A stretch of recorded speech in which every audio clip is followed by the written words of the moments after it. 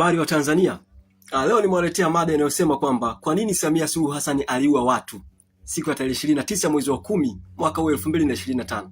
Ni sababu gani zilipelekea Samia akaua watu? Sasa kabla ya kukupa sababu, ngoja kwanza nikupe mifano michache itakayokupa uhalali wa wewe kuihoji serikali.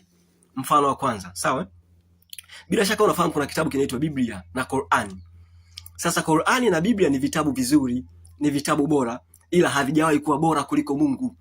Kwa nini? Kwa sababu, sawa, Biblia na Qur'ani ni maneno ya Mungu. Sasa maneno ya Mungu hayawezi kuwa bora kuliko Mungu mwenyewe.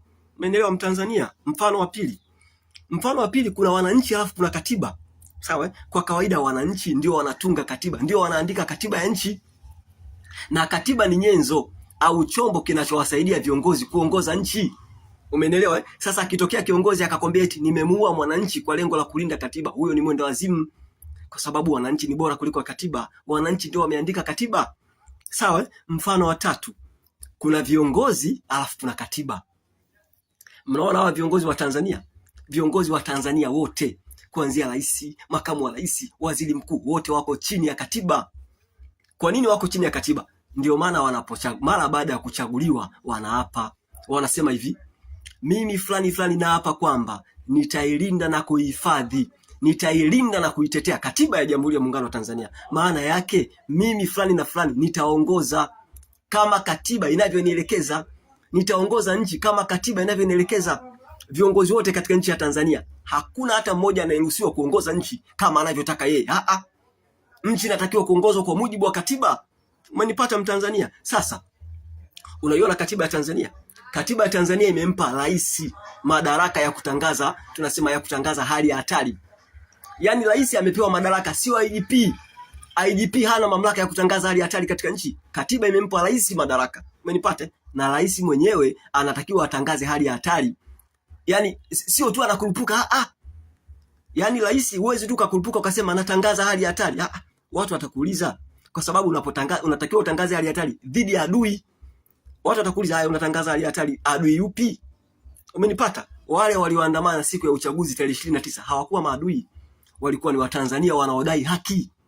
Walikuwa wanadai haki yao ya kikatiba ya kuchagua viongozi wanaowataka wao. Kwa wale hawakuwa maadui.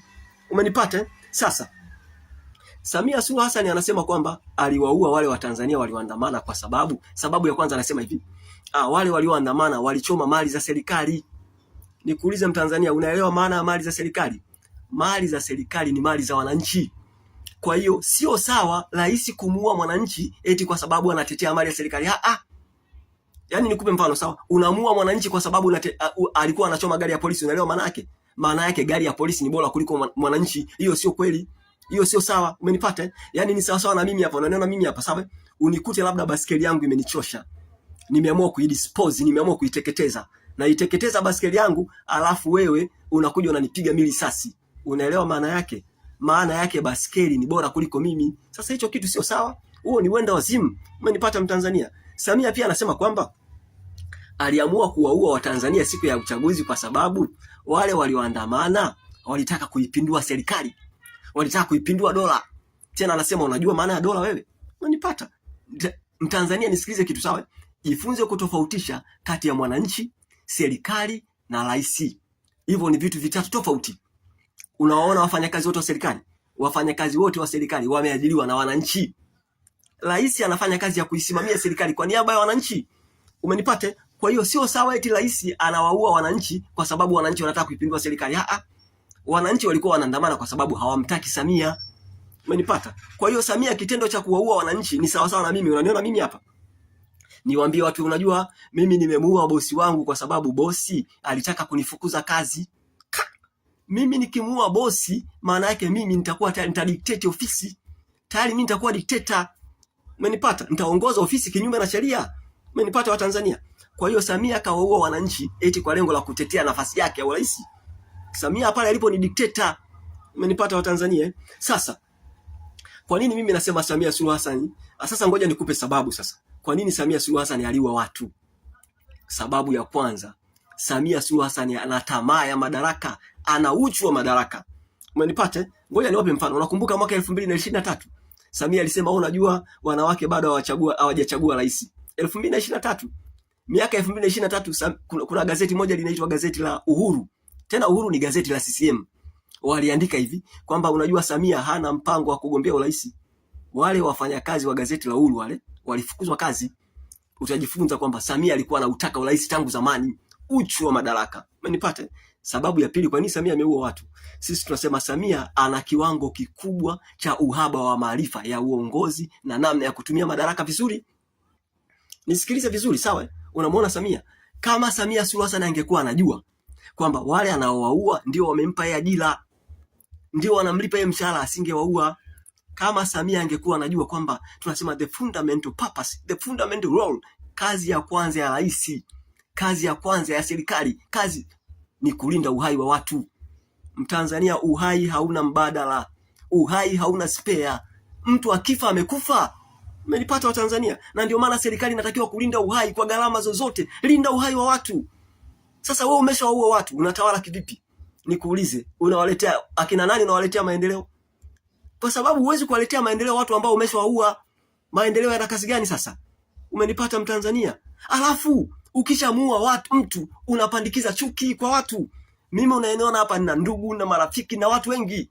Unaponiua maana yake unatengeneza chuki. Umenipata Mtanzania? Sasa mimi kitu gani naweza kupendekeza? Mimi ni shauri. Kwanza maprofesa wa Chuo Kikuu cha Dar es Salaam, tunasema professors of politics, mchukueni Samia mfundishe. Mfundisheni Samia kwa sababu mpaka sasa hivi unamwona Samia hajui kwamba amefanya kosa. Pale alipo hajui. Hajui kwamba kile alichokifanya ni kosa. Unaelewa maana yake? Samia anaweza kuua watu wengi zaidi kwa sababu hajui kama kile alichokifanya ni kosa. Na ndio maana siku ile anaongea na wazee anasema, sasa kivipi? Kwa nini hamkuwazuia watoto wenu kutoka? Umenielewa? Wewe rais unaua watu afu unaongea upumbavu kama huo. Kwa hiyo maprofesa wa siasa Chuo Kikuu cha Dar es Salaam, mchukueni Samia mfundisheni, ajue nini maana ya uongozi, ajue namna anavyoweza kutumia madaraka vizuri. Umenipata Watanzania? Lakini mwisho niseme kwamba nchi yetu bado ina shida. Watanzania wengi hasa hao makada wa CCM hawajui nini maana ya uongozi, hawajui nini maana ya demokrasia, hawajui nini maana ya demokrasia ya vyama vingi. Mtu akishaua, rais akishaua watu, amepoteza sifa ya kuongoza nchi. Umenipata Watanzania? Mungu ibariki Afrika, Mungu ibariki Tanzania. Asanteni kwa kunisikiliza. Ila havijawahi kuwa bora kuliko Mungu. Kwa nini? Kwa sababu sawa, Biblia na Qur'ani ni maneno ya Mungu. Sasa maneno ya Mungu hayawezi kuwa bora kuliko Mungu mwenyewe. Umeelewa Mtanzania? Mfano wa pili, kuna wananchi alafu kuna katiba. Sawa? Kwa kawaida wananchi ndio wanatunga katiba, ndio wanaandika katiba ya nchi. Na katiba ni nyenzo au chombo kinachowasaidia viongozi kuongoza nchi. Umeelewa? Sasa akitokea kiongozi akakwambia eti nimemuua mwananchi kwa lengo la kulinda katiba, huyo ni mwendo wazimu. Kwa sababu wananchi ni bora kuliko katiba. Wananchi ndio wameandika katiba. Sawa? Mfano wa tatu, kuna viongozi alafu kuna katiba. Mnaona hawa viongozi wa Tanzania? Viongozi wa Tanzania wote, kuanzia rais, makamu wa rais, waziri mkuu, wote wako chini ya katiba. Kwa nini wako chini ya katiba? Ndio maana mara baada ya kuchaguliwa wanaapa. Wanasema hivi, mimi fulani naapa kwamba nitailinda na kuihifadhi, nitailinda na kuitetea katiba ya Jamhuri ya Muungano wa Tanzania. Maana yake mimi fulani na fulani nitaongoza kama katiba inavyonielekeza, nitaongoza nchi kama katiba inavyonielekeza. Viongozi wote katika nchi ya Tanzania, hakuna hata mmoja anayeruhusiwa kuongoza nchi kama anavyotaka yeye. Nchi inatakiwa kuongozwa kwa mujibu wa katiba. Umenipata Mtanzania? Sasa unaiona katiba ya Tanzania? Katiba ya Tanzania imempa rais madaraka ya kutangaza, tunasema ya kutangaza hali ya hatari. Yaani rais amepewa madaraka, sio IGP.